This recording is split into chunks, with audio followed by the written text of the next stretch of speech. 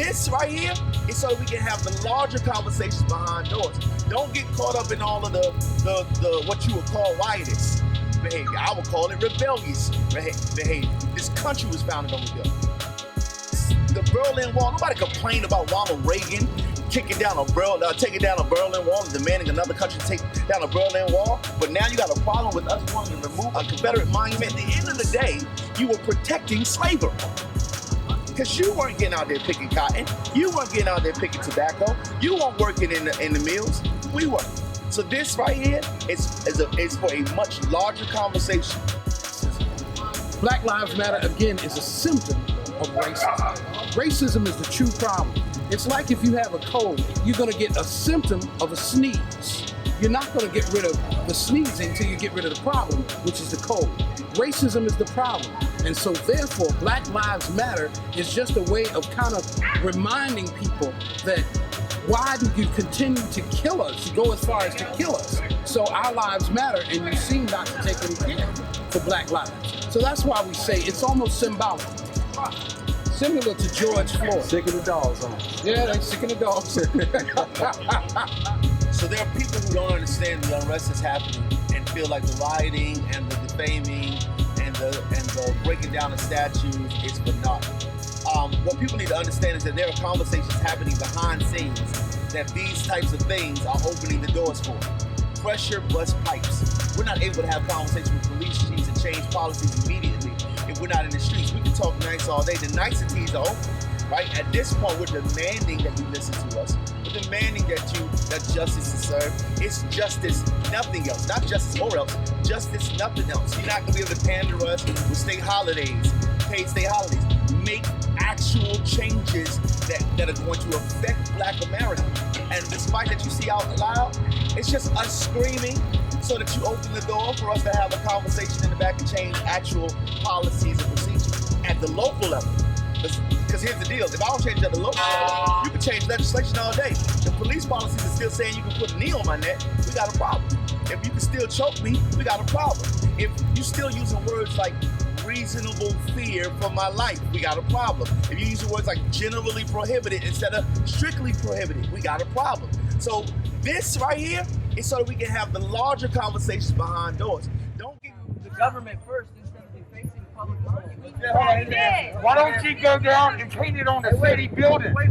Hey. Why's it gotta be a statue? Do you want an Because answer? it's why not go to Martin Luther King? I know, so I do understand that other races do not understand how we feel about this statue, right? This is the equivalent to having Hitler's statue in a Jewish community.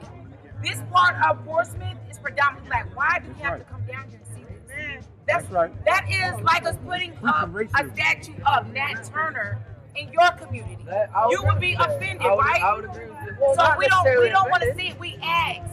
We were in a town hall meeting yesterday, virtual, and we asked them to remove it. They lied to our faces and said they did not know who that statue belonged to. It belongs But the to the paperwork Confederate mothers and daughters. it belongs to the city of. Some that would subscribe to this as heritage. For us, we subscribe to it as a stain, a reminder of the oppression and bigotry that still exists today. The oppression, bigotry, hatred, and racism that raped our grandmothers, that separated families. It's a constant reminder that we were taken from a land that was ours, brought to one that wasn't ours.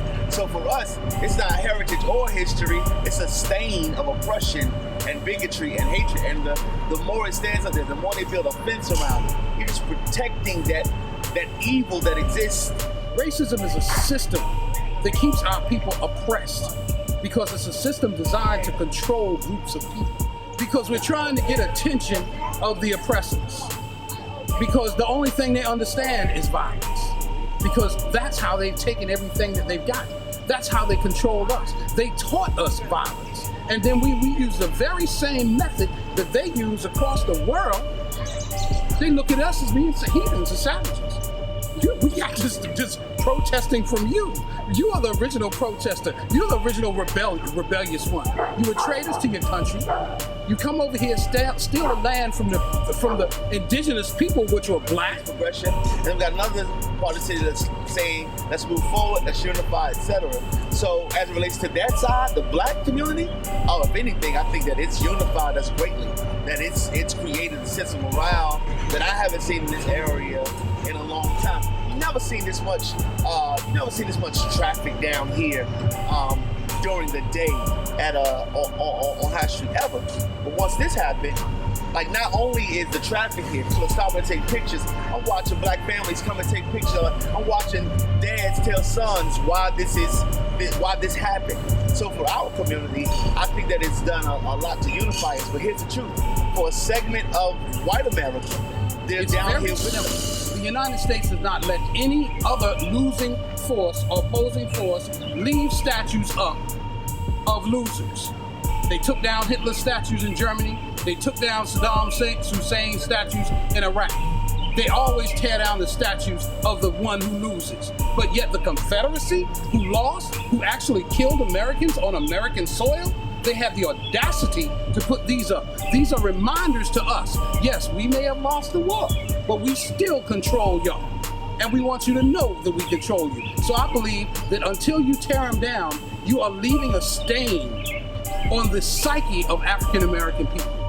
We look at, because they are scared of the violence, because if you go past a dog's cage and you kick it every day, you scared if that dog ever get loose, he gonna get you. So they think from a violent perspective. So they only want to see by any means necessary as a violent statement.